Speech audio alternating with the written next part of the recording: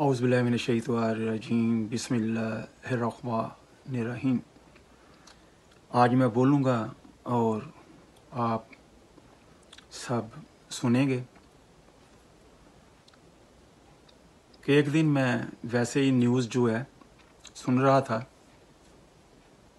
नदीम मलिक का प्रोग्राम था और फैसल वाडा जो कभी पीटीआई का हिस्सा था, तो अभी भी वो पीटीआई का अपने आप को हिस्सा समझता है पर ज़ाहिर नहीं करता। तो मैं फैसल वाडा भाई से दरख्वास्त करूँगा, चलो ठीक है, आपको तो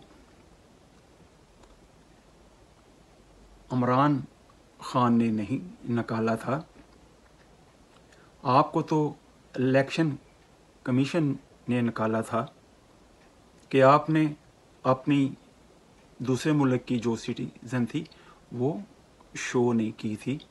इस वजह से आपको उन्होंने नाअहल करार किया और फिर पार्टी को ज़ाहिर है कोई डिसीजन लेना ही था।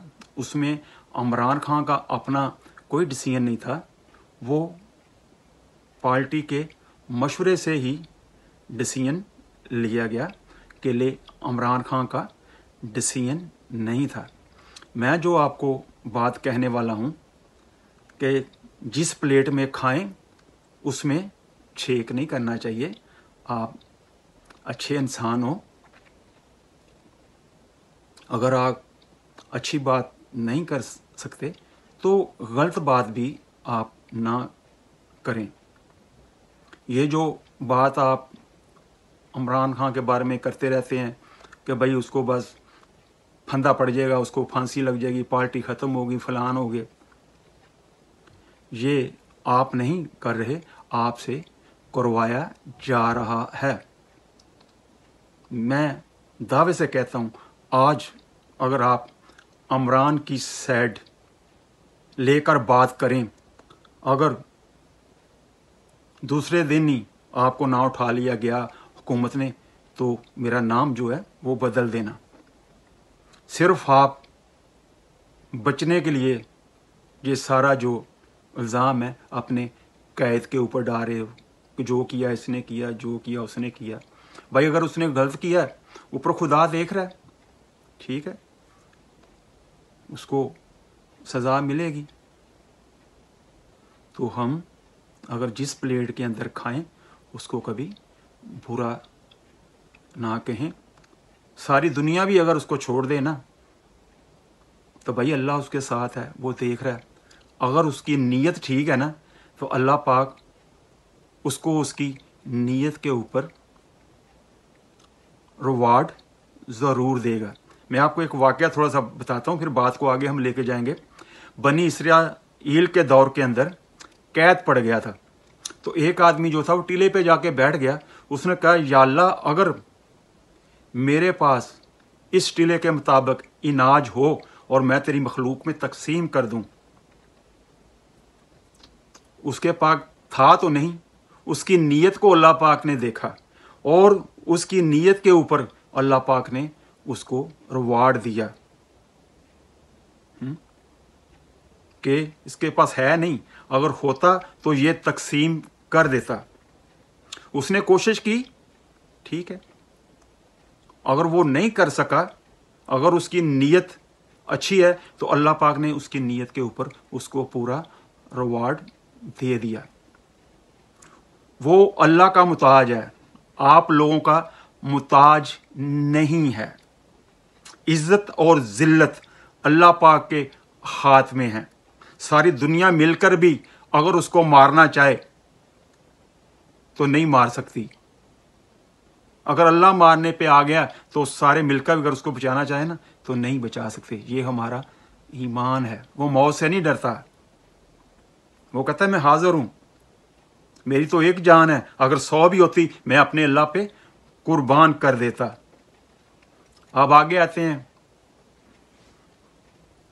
دوسری طرف جیسے ایک بڑا شور مچا ہوا ہے جی، نگران وزیر اعظم کون ہوگا، کبھی کہتے ہیں اسحاق ڈار ہوگا، کبھی کہتے ہیں فلان ہوگا، کہتے ہیں فلان ہوگا. تو اس میں جو ہے میری جو رائے ہے کہ ہر صوبے سے ایک ایک جو ہے آدمی ہونا چاہیے اور نیوٹرل آدمی ہونا چاہیے، اور وہ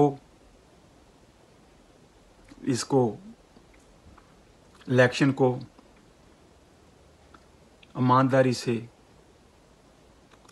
کرے، اور جو اکثریت لے جاتا ہے اس کو حکومت دے دیں. گورنمنٹ کو موقع دیا گیا ہے نا، اب عوام کا اخلاقی فرض بنتا ہے کہ وہ عوام کے ایک اچھے نمائندے کو چنے. میں یہ بھی نہیں کہتا کہ کسی پارٹی کو نااہل کیا جائے یا کسی پارٹی کے سربراہ کو گلٹی کیا جائے. جب 1.5 سال کے بچے کے اوپر 6 من گندم کا پرچہ کٹ سکتا ہے تو پھر عمران خان کیا چیز ہے یار. 150 کے قریب اس کے اوپر بے بنیاد آپ نے کیس کیے ہیں. خدا کا خوف کرو.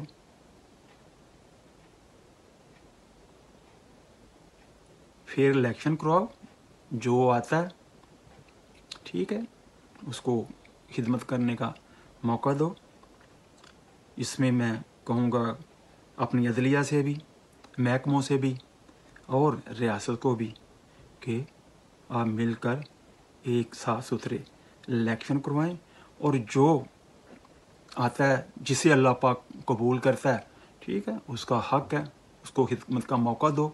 اور باقی جو نہیں کسی وجہ سے جیت سکتے یا وہ نہیں اکثریت لیتے تو باقی جو ہے اس حکومت کا ساتھ دیں، ملک کا سوچیں اور عوام کا سوچیں.